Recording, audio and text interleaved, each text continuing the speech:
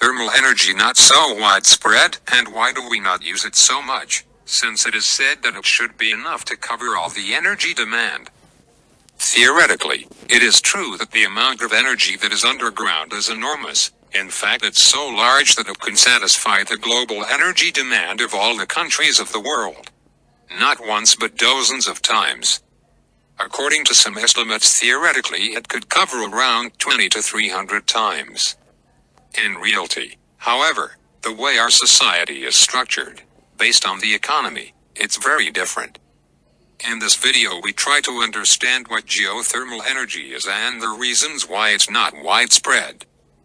Of geothermal energy, meaning that phenomenon whereby the heat contained in the center of the earth comes to the surface and therefore manifests itself through phenomena such as geysers, such as volcanic eruptions, barocyphorous blow nulls.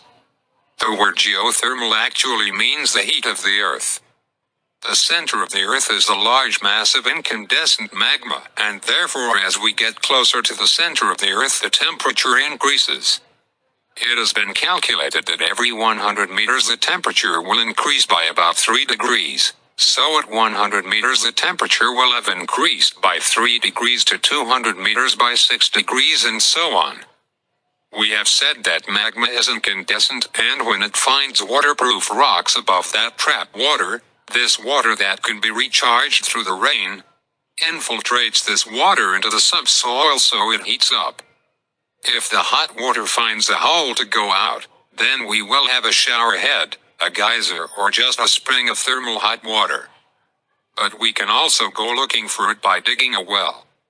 There are mainly two methods of capturing this energy: high temperature and low temperature geothermal energy. High temperature geothermal energy occurs when the groundwater has a temperature above 140 degrees centigrade. In this case a well is dug, the well picks up the steam makes the turbines spin.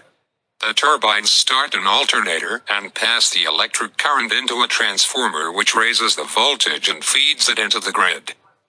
The steam is then cooled through a condenser, which turns it into water, and the water is pumped underground again.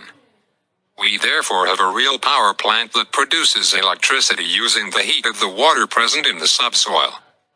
In this case we speak of a geothermal power plant. The other method to use geothermal energy is by low temperature geothermal energy. We are talking about low temperature geothermal energy when the underground waters have a temperature below 140 degrees centigrade. In this case, wells are dug that take the hot water from the subsoil and bring it home.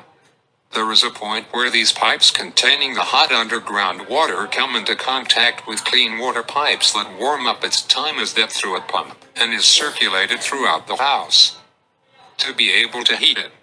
This is a system that is used to heat buildings and greenhouses. That was all for this video. Let us know what you think about the geothermal energy in the comments and don't forget to subscribe.